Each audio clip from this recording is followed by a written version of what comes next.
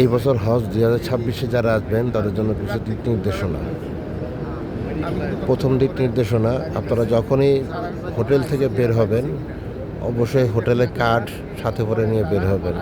কারণ হোটেলের রাস্তা ভালো মন্দ চিনে চিনে হারামে আসবেন। কারণ এই ভিড়ের মধ্যে অসংখ্য আমাদের বয়স্ক হাজিরা তাদের রাস্তা হারিয়ে ফেলতেছে, যেটা খুবই দুঃখজনক এবং তারা খুব কষ্ট করতেছে। তো কার্ড ছাড়া কেউ, হোটেলের কার্ড ছাড়া কেউ হারামে আসবেন না। যারা খুব ভালো ছিলেন তাদের বিষয় আলাদা, কিন্তু যারা বয়স্ক আমাদের হাজিরা আছেন তারা অবশ্যই হোটেল থেকে একটি ভিজিটিং কার্ড নিয়ে সাথে রাখবেন। যদি হাতে যে আপনাদের বিলটা পরিয়ে দিয়েছে সেখানে স্ক্যান করলেই হোটেলের অ্যাড্রেস এসে পড়ে, তারপরে নুসুক অ্যাপের মধ্যে অ্যাড্রেস আছে, তবু আপনার কার্ড নিয়ে বের হবেন। টিপস নাম্বার 2, আমরা বাংলাদেশিরা খুব বেশি অর্থের মালিক না যারা এখানে আসি, কারণ এখানে জিনিসপত্রের দাম প্রচুর বেশি। তো এখানে এসে প্রথম দিকে এত পরিমাণ খরচ না করে ফেলি যে আমাদের শেষের দিকে অর্থের সংকট হয়ে যায়। যদিও খাওয়া দাওয়া হোটেল সব কিছুই এজেন্সিতে দেওয়া হচ্ছে, তারপরেও কিছু টাকা পয়সা লাগে। যেমন হজের সময় আমাদের খাওয়া দাওয়া এজেন্সি থেকে পাওয়া যাবে না বললেই চলে। বিশেষ করে আরাফা মুজদলিফার রাতে, ঈদের দিন, ঈদের পরের দিন খাবার একটু কষ্ট হয়ে যায়। বাবন মাঝে মধ্যে এমন আছে যে আপনি হারামে ইবাদত করতে করতে দেরি হয়ে গেছে, খাওয়া পান নাই। তো মাঝে মধ্যে ভালো খাবার কিনেও খেতে হয়।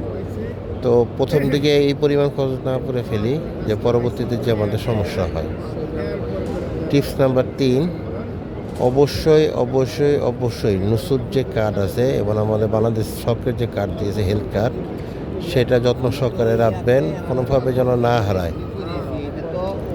এই কার্ড যদি হারিয়ে যায় আপনার জন্য হজ করা কঠিন হয়ে যাবে, তাহলে আপনাকে হজে যেতে দিবে না কার্ড ছাড়া। এবং অবশ্যই হজের স্ক্যান করে মোবাইলে রেখে দিবেন।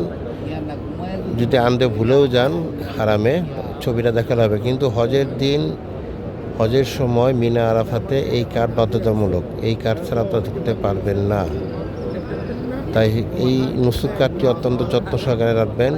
এবং এই নুসুক কার্ডের মধ্যেই আপনার কোনখানে কোন হোটেল পেয়েছেন, আপনার তাঁবুর নাম্বার কত, কোথায়, সব ম্যাপ দেওয়া আছে। ওটার মধ্যে ঢুকলেই, আপনি স্ক্যান করে ঢুকলেই ওদের ওয়েবসাইটের মাধ্যমে সব কিছু দেখতে পারবেন।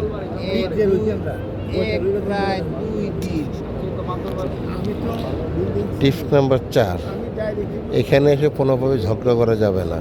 এটা আল্লাহর ঘর। কার মেহমান? আল্লাহ সুবহানাহু ওয়া তাআলার মেহমান।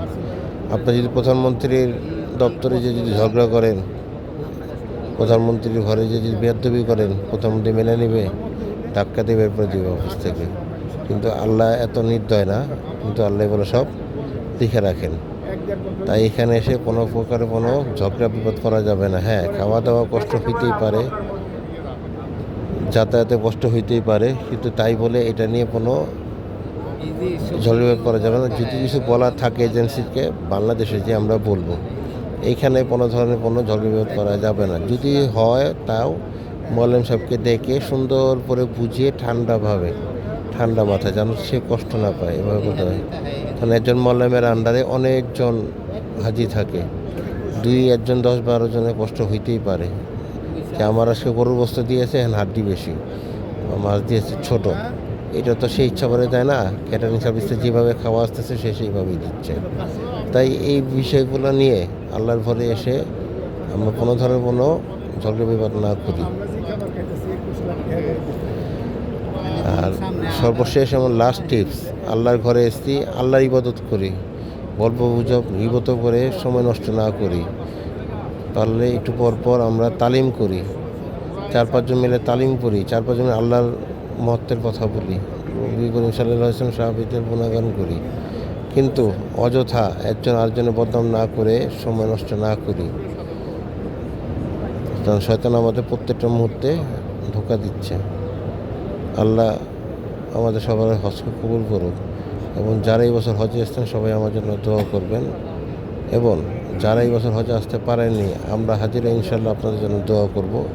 আল্লাহ সুবহানাহু ওয়া তাআলা আপনাদেরকে সামনের বছর সামনের দিকে হজে আসতে তৌফিক দান করেন।